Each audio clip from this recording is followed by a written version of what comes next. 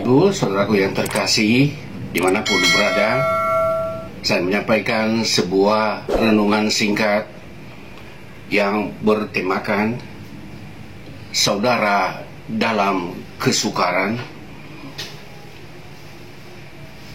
Kita tahu bersama bahwa gempa Cianjur, Jawa Barat telah menelan banyak korban jiwa dan mereka kehilangan harta benda, termasuk kehancuran tempat tinggal.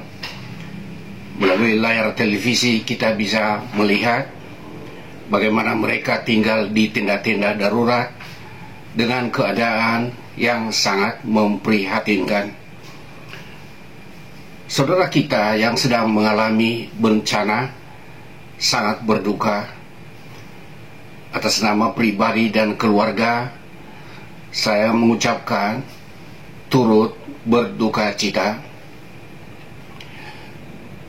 Ada pesan firman Tuhan yang patut kita renungkan sebagaimana tercatat dalam kitab Amsal pasal yang ke-17 ayat yang ke-17.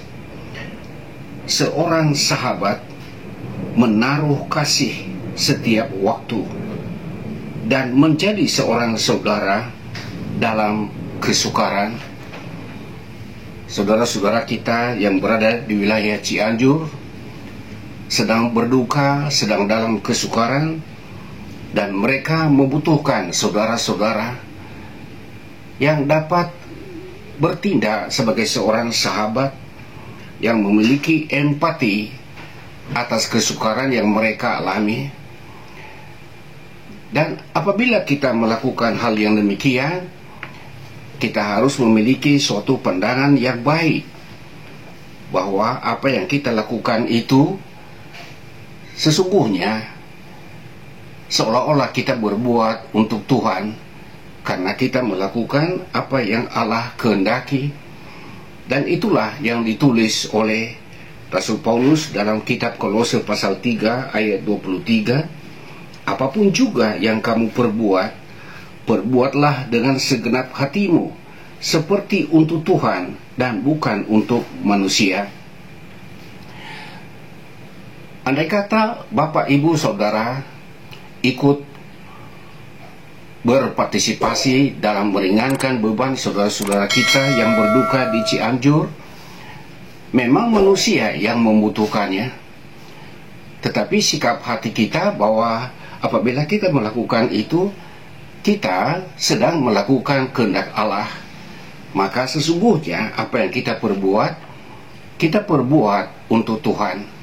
Itulah yang pernah Yesus katakan, bahwa nanti pada akhir zaman Ia berkata kepada orang-orang yang ada di sebelahnya dan berkata, ketika aku lapar, ketika aku minum, engkau memberikan aku makan, ketika aku sakit, engkau membalut luka-lukaku, ketika aku tidak berpakaian, engkau memberikan aku pakaian. Dan orang itu berkata, kapankah kami lihat engkau lapar dan sakit? Tetapi Yesus berkata, apa yang engkau lakukan kepada salah seorang saudaraku yang sedang dalam penderitaan ini, telah melakukannya untuk aku. Saudaraku yang terkasih, dimanapun kita berada, sebagai saudara sebangsa dan setanah air, apa yang dirasakan oleh saudara-saudara kita yang ada di Cianjur, itu adalah juga bagian daripada penderitaan yang turut kita alami.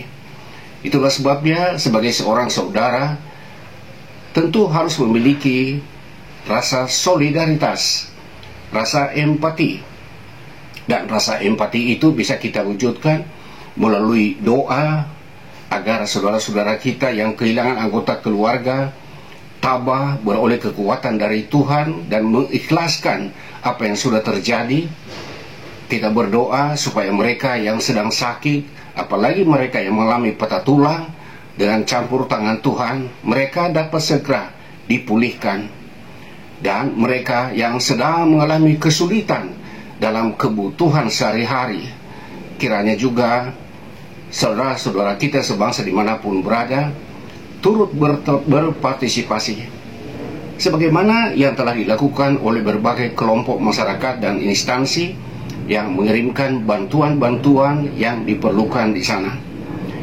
Mungkin saja di sekitar saudara ada kelompok atau komunitas yang dapat menggalang dana untuk saudara kita yang ada di Cianjur, dan itulah kesempatan bagi kita untuk turut berpartisipasi. Semoga kesempatan ini menjadi peluang bagi kita untuk menunjukkan kasih persaudaraan sebagai anak bangsa tanpa membeda-bedakan, tanpa melihat siapa dia dan siapa kita. Semoga renungan ini menjadi dorongan bagi Bapak Ibu dimanapun berada untuk turut serta dalam pergumulan saudara kita yang sedang berduka di Cianjur. Tuhan memberkati.